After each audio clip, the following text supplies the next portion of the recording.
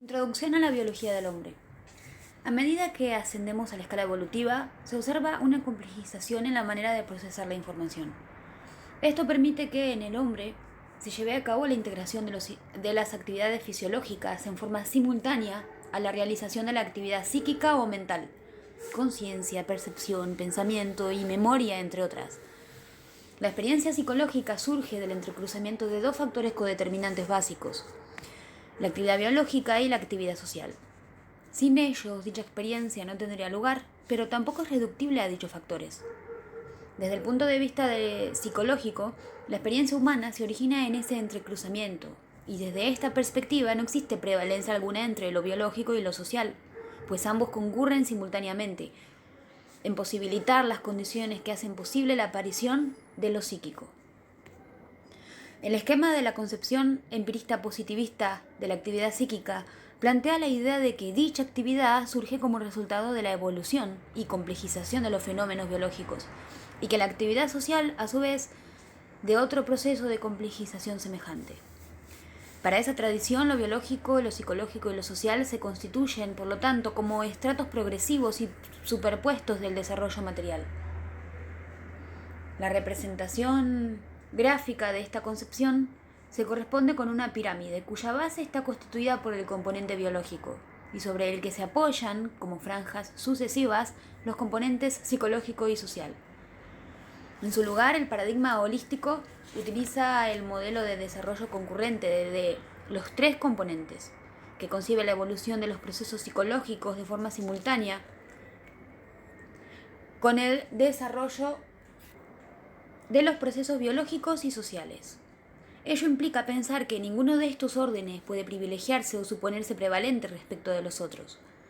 Los seres humanos organizan permanentemente la realidad en la que despliegan su vida, elaborando construcciones personales. De esta manera preservan un triple orden de realidad: biológico, psicológico y social. Lo que define la realidad humana es la coexistencia de estos planos en una experiencia integrada. Las construcciones de la realidad, al asegurar la existencia de un sentido de identidad personal, garantizan la continuidad de la vida desde el punto de vista psicológico y preservan la condición subjetiva de la experiencia.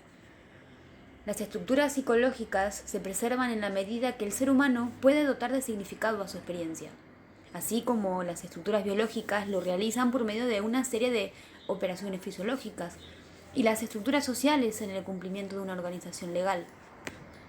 Desde este paradigma biopsicosocial se considera al hombre como un ser constituido por estructuras biológicas, sumado al ser que razona y es capaz de desarrollar las complejas funciones del pensamiento y que está en relación con sus semejantes y con el ambiente que le rodea. Importancia de la perspectiva sistémica en el abordaje del estudio del organismo humano. La utilización del concepto de sistema resulta apropiado para el abordaje del estudio del organismo humano. Todo sistema es un conjunto de elementos, compartimientos o unidades, relacionados por influencias recíprocas que constituyen circuitos recurrentes, interacciones y mecanismos de control y comunicación, en el cual la estabilidad del sistema es consecuencia de estas interacciones.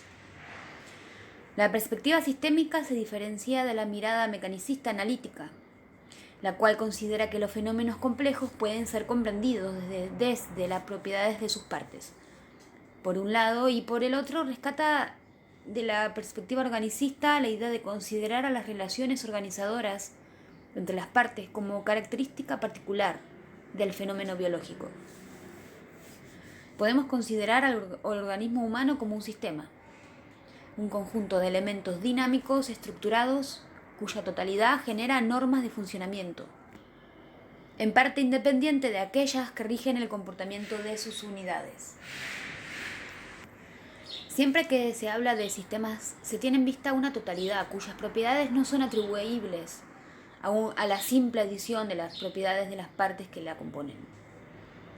En las definiciones más corrientes se identifican los sistemas como conjuntos de elementos que guardan estrechas relaciones entre sí, que mantienen al sistema directo o indirectamente unido de modo más o menos estable y cuyo comportamiento global persigue normalmente algún tipo de objetivo. Con relación al ambiente o grado de aislamiento, los sistemas pueden ser abiertos o cerrados, según mantengan o no intercambios con el ambiente. El organismo humano, como todo sistema biológico, es un sistema abierto, lo cual implica que entre organismo y ambiente existe un continuo proceso de intercambio de materia, energía e información. Por lo tanto, la cualidad esencial del organismo como sistema está dada por la interdependencia de las partes que lo integran y el orden que subyace a tal interdependencia. Asimismo, la cualidad como sistema abierto hace referencia a las corrientes de entrada y de salida mediante las cuales se establece una relación entre el sistema y su ambiente. Esta perspectiva sistémica remarca como una de las propiedades sobresalientes de la vida, es decir, a la tendencia a construir estructuras multinivel, con diferentes niveles de complejidad y diferentes leyes operando sobre ellos, de modo que cada uno forma un todo respecto a sus partes, siendo al mismo tiempo parte de un todo superior. El concepto de complejidad organizada resulta protagonista del comportamiento sistémico, de modo que en cada nivel de complejidad los fenómenos observados evidencian propiedades que no se dan en el nivel inferior y que se reconocen como emergentes de la organización particular del sistema, de sus componentes e interacciones. Por lo tanto, considerar a los seres vivos como un sistema de sistemas remite a la idea de niveles de organización, que pueden ser ordenados jerárquicamente según diferentes criterios atendiendo a su carácter sistémico, y como tales compuestos por determinados elementos, con determinadas interacciones, con una organización particular y una serie de atributos emergentes que les son propios. Niveles de organización. Siguiendo lo expuesto anteriormente, el organismo humano puede ser analizado como una estructura, donde podemos reconocer diferentes niveles de organización, ordenados jerárquicamente, según grados de complejidad creciente. Dentro de los mismos, se pueden diferenciar niveles abióticos, que es la materia no viva, y los bióticos, materia viva. Niveles abiótico: subatómico, atómico, molecular, macromolecular, supramolecular. Entonces, en los niveles abióticos, el nivel subatómico integrado por las partículas subatómicas que forman los elementos químicos, protones, neutrones, electrones. El nivel atómico constituido por los átomos, que son la parte más pequeña de un elemento químico, que puede intervenir en una reacción. Nivel molecular, representado por moléculas, asociación de dos o más átomos unidos mediante enlaces químicos. Por ejemplo, molécula de agua, H2O, dióxido de carbono, CO2, oxígeno, O2, hidrógeno, H2 y glucosa, C6H1, 2 oxígeno. En los seres vivos denominados biomoléculas distinguimos dos tipos, inorgánicas y orgánicas. Nivel macromolecular, constituido por moléculas complejas, proteínas, ácidos nucleicos, polisacáridos, que son el resultado de la unión de moléculas más sencillas. El nivel supramolecular, distintos tipos de moléculas se organizan para formar estructuras biológicas como membrana plasmática, aparato de Golgi, retículo endoplasmático rugoso y liso, mitocondrias, ribosomas, cromosomas. Niveles bióticos o de vida. Nivel celular incluye a la célula, unidad anatómica y funcional de los seres vivos. El nivel tisular o de tejidos, un conjunto de células muy parecidas que realizan la misma función y tienen el mismo origen. Nivel de órganos, la asociación de varios tejidos que realizan una función conjunta. Nivel de sistema de órganos, conjunto de órganos organizados en el cumplimiento de una función determinada. Y el organismo humano, conjunto de sistemas de órganos coordinados para el cumplimiento de las funciones vitales. En cada nivel, la interacción entre sus componentes determina las propiedades de ese nivel. Así, desde el primer nivel de organización, el nivel subatómico, hasta el organismo humano, se producen interacciones permanentes. Durante un largo espacio de tiempo, estas interacciones dieron lugar al cambio evolutivo. En una escala de tiempo más corta, estas interacciones son las que determinan la organización de la materia viva. Cada nivel de organización posee propiedades denominadas propiedades emergentes, que no se hallan en los niveles inferiores. Por ejemplo, las células y los organismos multicelulares poseen características y llevan adelante procesos que no se encuentran en las moléculas de que se componen. Las propiedades emergentes de los sistemas son el resultado de las interacciones entre las partes. Todo nivel debe ser estudiado en relación con los niveles vecinos, inferior y superior. Los procesos que ocurren en un nivel dado emergen de los procesos que ocurren en el nivel inferior y son influidos por procesos que ocurren en un nivel superior. Células y tejidos. El organismo humano, al igual que todo organismo multicelular complejo, está constituido por una variedad de células especializadas. Aunque las células se asemejan en gran medida a los organismos unicelulares en sus necesidades, se distinguen de estos en que se diferencian y funcionan como parte de un todo organizado. Las células están organizadas en tejidos, grupos de células similares que llevan a cabo una función unificada.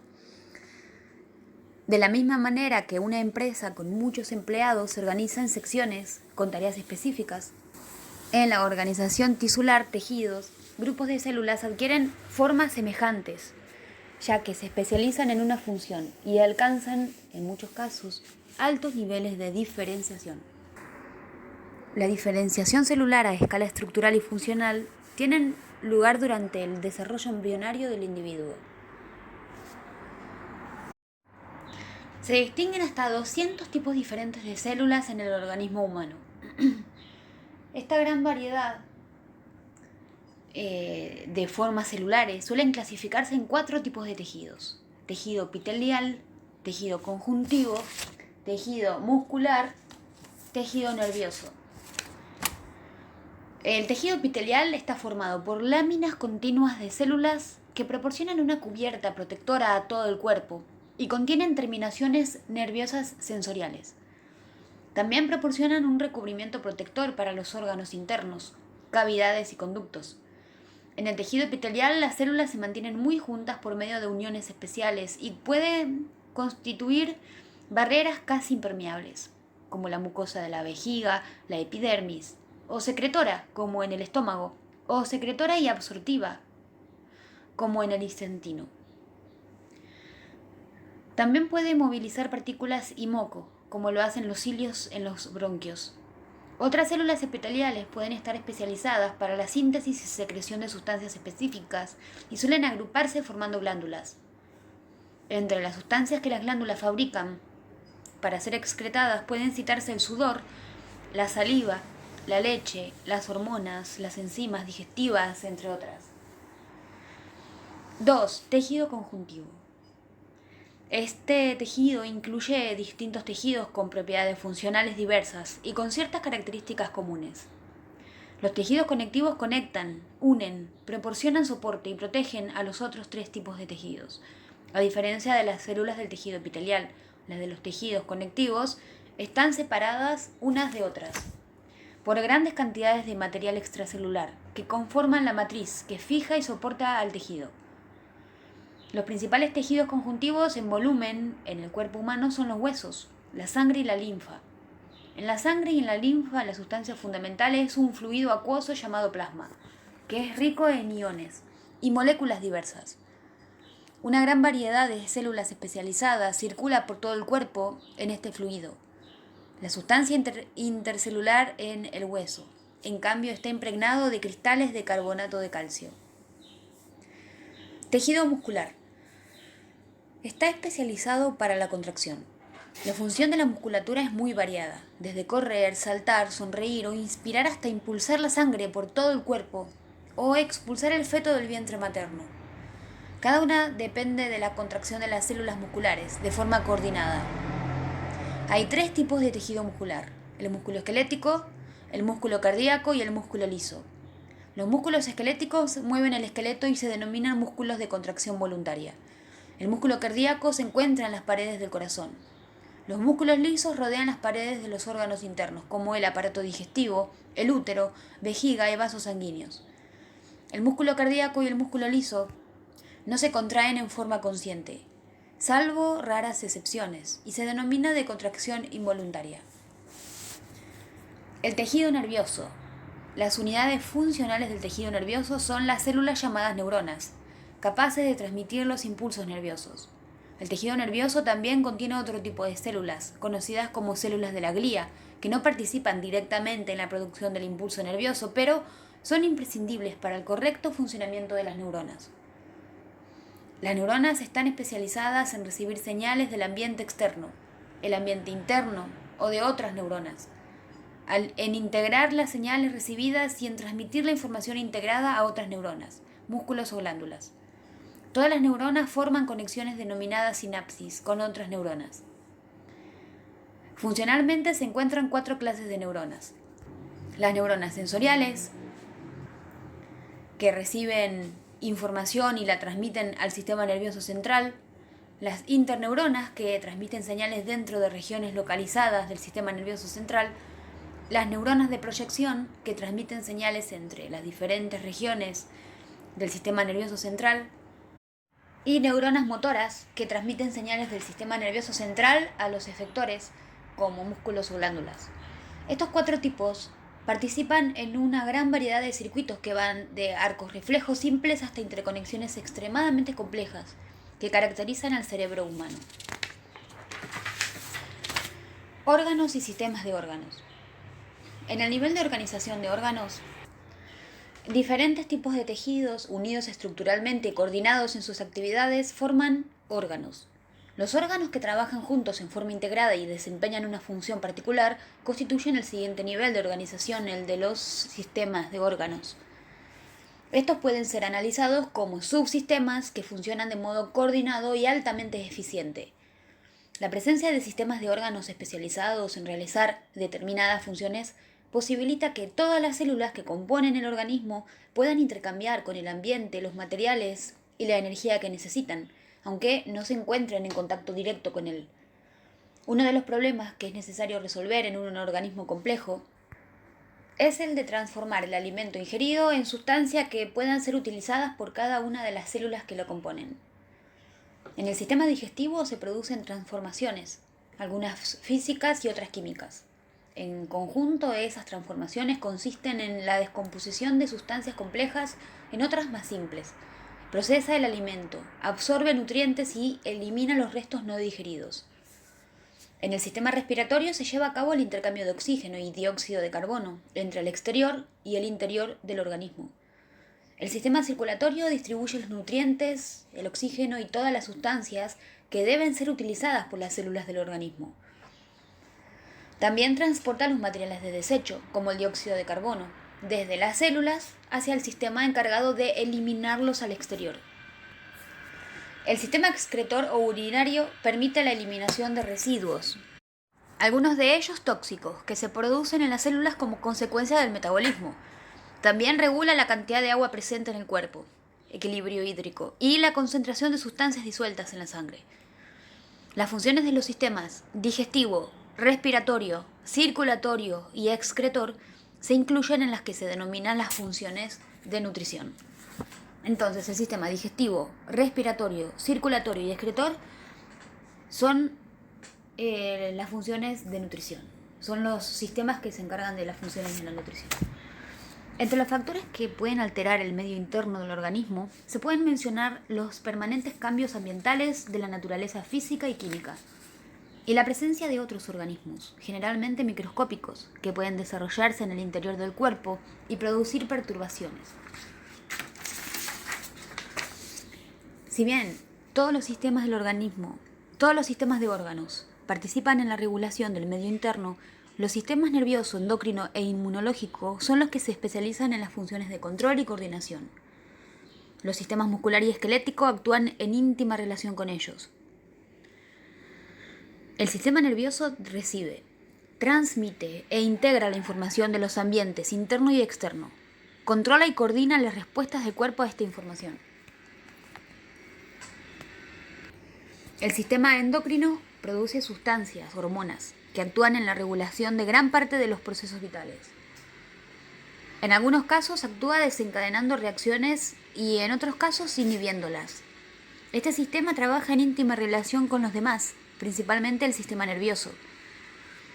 El sistema inmunológico reconoce agentes extraños y elabora respuestas que permiten eliminarlos. El sistema tegumentario protege y separa el ambiente interno de los peligros del ambiente externo, como microorganismos, infecciones y pérdida de agua. Posee células inmunitarias activas y una diversidad de receptores sensoriales. El sistema muscular es el responsable de los movimientos del cuerpo y de sus órganos internos, mediante la contracción y relación del tejido muscular. El sistema esquelético sostiene el cuerpo, protege ciertos órganos vitales y, en su trabajo conjunto con el sistema muscular y articular, permite los movimientos y el desplazamiento. En algunos de los huesos que lo componen se producen glóbulos rojos, un tipo de célula sanguínea, y es el principal depósito de calcio. Los huesos. La función de reproducción no es indispensable para mantener la vida de un individuo. Sin embargo, sería imposible concebir la permanencia de las especies en el planeta si no tuvieran la capacidad de originar nuevos individuos semejantes en forma y funcionamiento a sus progenitores. Los organismos tienen un tiempo limitado de vida y la función de reproducción compensa la muerte individual. La especie humana se caracteriza por tener una cantidad relativamente reducida de hijos respecto de otras especies. Esto se relaciona principalmente con el tiempo de cuidado que requiere un niño durante los primeros años de vida, hasta lograr un desarrollo que le permita desenvolverse en forma independiente. Los sistemas reproductores femenino y masculino elaboran hormonas, que son sustancias indispensables para que los ciclos de desarrollo se cumplan adecuadamente. Producen las gametas y hacen posible la fecundación y el desarrollo del embrión. El sistema reproductor trabaja en relación permanente con el sistema endocrino. Algunos de los órganos que lo forman, ovarios y testículos, también son glándulas integrantes de dicho sistema. La reproducción sexual aporta diversidad de organismos. La recombinación de material genético, que se origina en la unión de gametas provenientes de dos progenitores, aumenta la variabilidad dentro de cada especie. Procesos básicos de funcionamiento. Podemos agrupar las funciones del organismo en funciones de nutrición, funciones de relación, integración y control, y la función de reproducción. Las funciones para la ejecución de las mismas, los sistemas de órganos trabajan coordinadamente y de una manera altamente eficiente. Esta forma de organización posibilita que todas las células que componen el organismo intercambien con el ambiente los materiales y la energía que necesitan, aunque no se encuentren en contacto directo con él. Las funciones de nutrición son aquellas que hacen posible la obtención y transformación de materia y energía. Estas son la incorporación y transformación de alimentos, el intercambio de gases que intervienen en la respiración celular, el transporte de sustancias y la eliminación de desechos.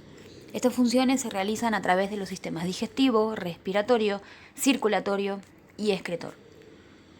Las funciones de relación, integración y control son aquellas que permiten mantener la estabilidad del medio interno del organismo respecto del medio externo, que cambia continuamente. Estas funciones son la percepción de estímulos, la transmisión de señales y la elaboración de respuestas, y la defensa del organismo contra agentes extraños. Si bien todos los sistemas de órganos participan en la regulación del medio interno, los sistemas nervioso, endocrino e inmunológico son los que se especializan en las funciones de control y coordinación. Los sistemas muscular y esquelético actúan en íntima relación con ellos. La función de reproducción. A diferencia de las anteriores, esta función no es indispensable para mantener la vida de cada organismo. Sin embargo, asegura la perpetuación de la especie. El gráfico siguiente muestra las interrelaciones funcionales existentes entre los sistemas de órganos.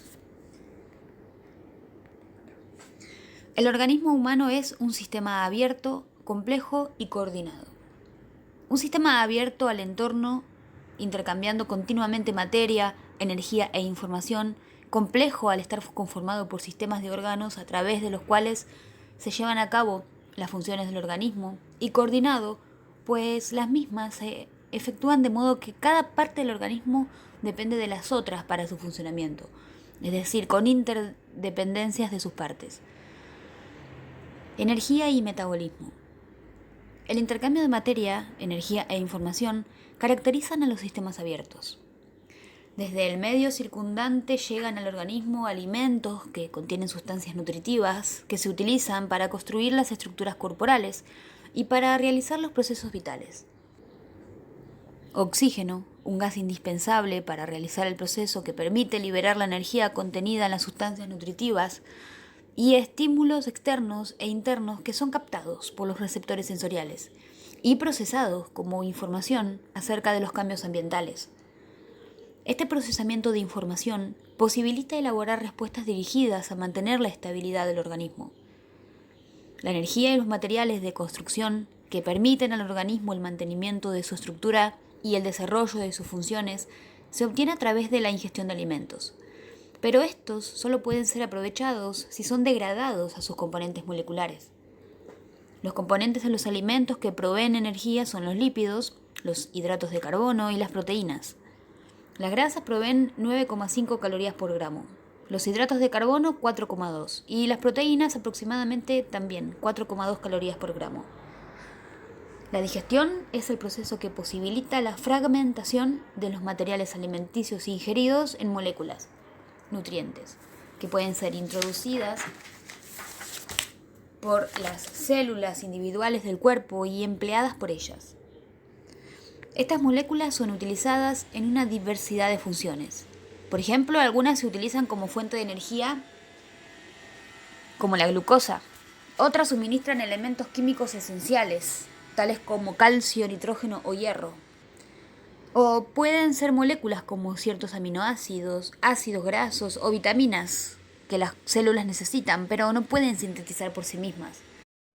Los nutrientes que ingresan a las células forman parte de una red de reacciones químicas, en las que esas sustancias se degradan o utilizan para la construcción de compuestos más complejos. La energía química de los nutrientes es transformada y utilizada por cada célula individual para realizar el trabajo celular. Este trabajo incluye los numerosos procesos que constituyen las actividades de los organismos y la construcción o síntesis de la enorme diversidad de moléculas y estructuras celulares. El conjunto de procesos celulares, a través de los cuales los seres vivos intercambian, transforman y utilizan la materia y la energía, se denomina metabolismo. El metabolismo celular presenta reacciones químicas catabólicas o de degradación y reacciones químicas anabólicas o de síntesis. En las reacciones catabólicas, los compuestos químicos se descomponen o degradan y liberan energía. De sustancias complejas a sustancias simples, mediante la degradación y la liberación de energía, catabolismo.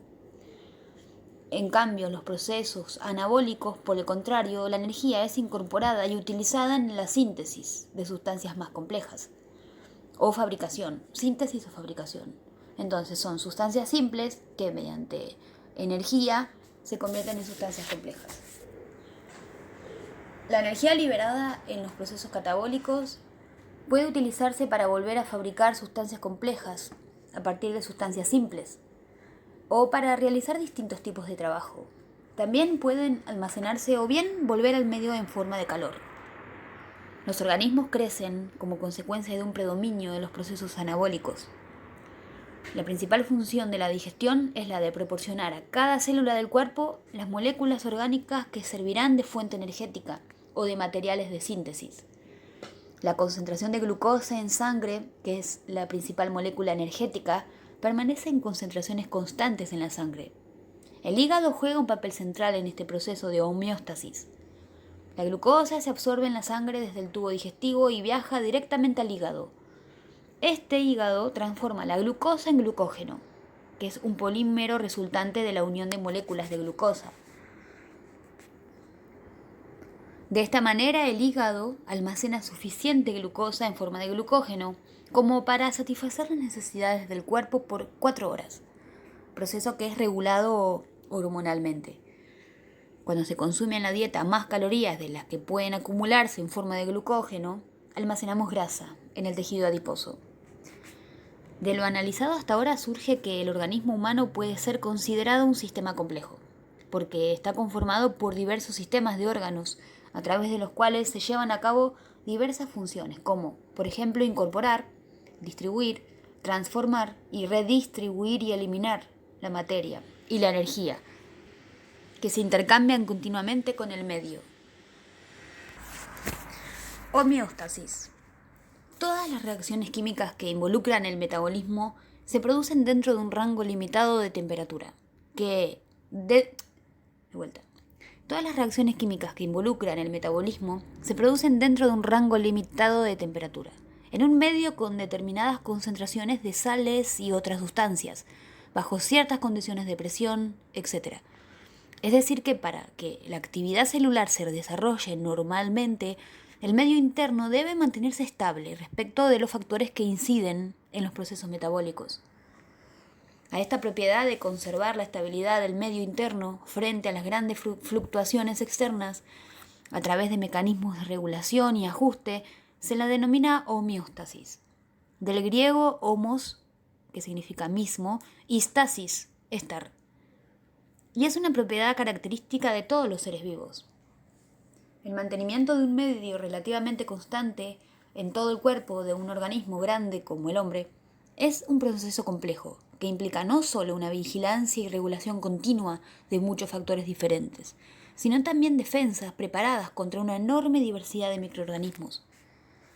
La homeostasis se logra gracias al funcionamiento coordinado de todos los tejidos y órganos de los sistemas corporales e implica la participación de los sistemas de control.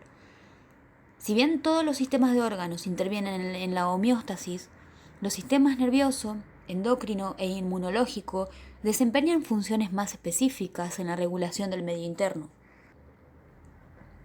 Entre los factores controlados podemos nombrar la composición del medio interno, la temperatura corporal, la presencia de microorganismos y de sustancias que puedan resultar nocivas. La composición química del medio interno es regulada mediante 3 procesos complementarios: la eliminación de desechos celulares, la regulación de las concentraciones de sustancias que deben llegar a las células y la regulación de la cantidad de agua intra e intercelular. La sangre desempeña un papel importante en la regulación del medio interno, pues transporta los desechos celulares, así como las sustancias que necesitan las células, nutrientes, oxígeno. La temperatura corporal debe mantenerse alrededor de los 37 grados centígrados.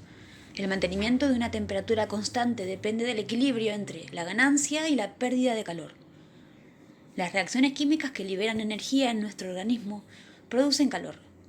Diversas estrategias fisiológicas permiten la constancia de la temperatura. La principal fuente de calor es la contracción muscular. La vasoconstricción periférica, o sea, la disminución del diámetro de los vasos sanguíneos periféricos, disminuye la pérdida de calor.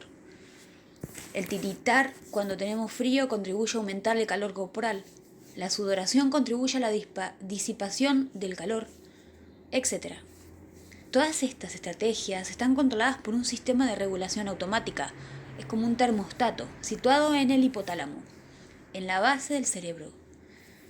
La presencia de microorganismos y sustancias que puedan resultar nocivos es controlada por barreras defensivas específicas e inespecíficas. Las sustancias y células que participan en gran parte de los procesos de defensa del organismo circulan transportadas por la linfa y por la sangre. Sistemas de control. Los sistemas de integración y control se regulan por medio de los llamados circuitos de retroalimentación. Estos circuitos son sistemas que registran la información del ambiente o del medio interno de un organismo, con lo cual regulan el funcionamiento de órganos y sistemas. Un sistema de retroalimentación es un ciclo de acontecimientos en los que la información sobre el estado de la situación es monitorizada de forma constante y enviada a una región central del control. Estos sistemas constan de 3 componentes básicos: un receptor, la entrada, un centro de control, referencia, y un efector, salida. Cuando la información de entrada es distinta a la de referencia, la diferencia que se genera alerta sobre la necesidad de realizar una corrección. 1. El receptor monitoriza los cambios que se producen en la condición controlada. y envía esta información, llamada mensaje aferente, al centro de control. Por ejemplo, durante el ejercicio físico se eleva la temperatura corporal. Es una condición controlada, y los receptores sensoriales de temperatura envían información al centro de control, que en este caso está en el encéfalo, sistema nervioso central. El centro de control determina el punto referencia en el que se ha de mantener algún aspecto del organismo llamado condición controlada. En el organismo existen cientos de condiciones controladas. Algunos ejemplos son la frecuencia cardíaca, la presión arterial, la acidez de la sangre, el nivel de glucosa en sangre, la temperatura y la frecuencia respiratoria. El centro de control recibe la información sobre el estado de la condición controlada desde un receptor y a continuación determina la correspondiente actuación. 3. El efector recibe el mensaje vía eferente y produce una respuesta, efecto. Así, cuando se realiza ejercicio físico, el encéfalo, el centro de control, envía señales para que aumente la secreción de las glándulas sudoríparas, efectores. Cuando el sudor se evapora en la piel, la temperatura del cuerpo tiende a volver a la condición normal. Los circuitos de retroalimentación se clasifican en negativos y positivos. La palabra negativo se refiere a que la retroalimentación reduce o revierte la diferencia detectada por el sistema, mientras que el término positivo indica que el mecanismo es de amplificación. En los organismos, los más comunes son los circuitos de retroalimentación negativa. Por ejemplo, las células endocrinas del páncreas, órgano importante del aparato digestivo, produce dos hormonas, el glucagón y la insulina, ambas de vital importancia en el mantenimiento de la concentración de glucosa en sangre. La glucosa es la única fuente de energía usada por el cerebro y la principal para las otras células del cuerpo. Cuando la concentración de glucosa en la sangre desciende, se produce glucagón, que provoca la liberación de glucosa del hígado. Cuando la concentración de glucosa en sangre sube demasiado, se libera insulina, provocando la entrada de glucosa en las células. De esta forma, la concentración de glucosa se controla mediante dos circuitos de retroalimentación separados. Más adelante iremos viendo muchos ejemplos de circuitos de retroalimentación, la mayoría de los cuales implican la acción conjunta de los sistemas nervioso y endocrino. Comunicación celular. Como hemos visto, la homeostasis del organismo se logra a través del funcionamiento coordinado de todos los tejidos y órganos de los sistemas corporales e implica la participación de los sistemas de control. Si bien todos los sistemas de órganos intervienen en la homeostasis, los sistemas nervioso, endocrino e inmunológico desempeñan funciones más específicas en la regulación del medio interno. Podría ser el sistema psiconeuroinmunoendocrino. Los sistemas de control e integración requieren de la capacidad de las células para comunicarse entre sí. La comunicación entre las células asegura no solo la coordinación de funciones, sino también el crecimiento y división de las células y el desarrollo y organización de los tejidos. La comunicación intercelular implica que las células estén capacitadas para enviar una señal que modifique el comportamiento o función de otras células. Esto se lleva a cabo a través de mensajeros químicos o moléculas señal. La molécula señal es una sustancia química sintetizada por la célula con la finalidad de influir sobre la actividad de otras células del mismo organismo. En general, podemos decir que las células se comunican mediante centenares de tipos de moléculas señal, incluyendo proteínas, pequeños péptidos, aminoácidos, nucleótidos, esteroides, derivados de ácidos grasos e incluso gases disueltos como el óxido nítrico y el monóxido de carbono. Estas moléculas señal son liberadas por las denominadas células emisoras. Emiten el mensaje. Sea cual sea la naturaleza de la molécula señal, la célula blanco, que es la célula receptora del mensaje, debe reconocerla específicamente, y este reconocimiento lo realiza mediante una proteína específica denominada receptor, localizadas en la membrana celular o en el interior de las células. Este se une específicamente a la molécula señal y entonces inicia una respuesta o efecto a la célula blanco.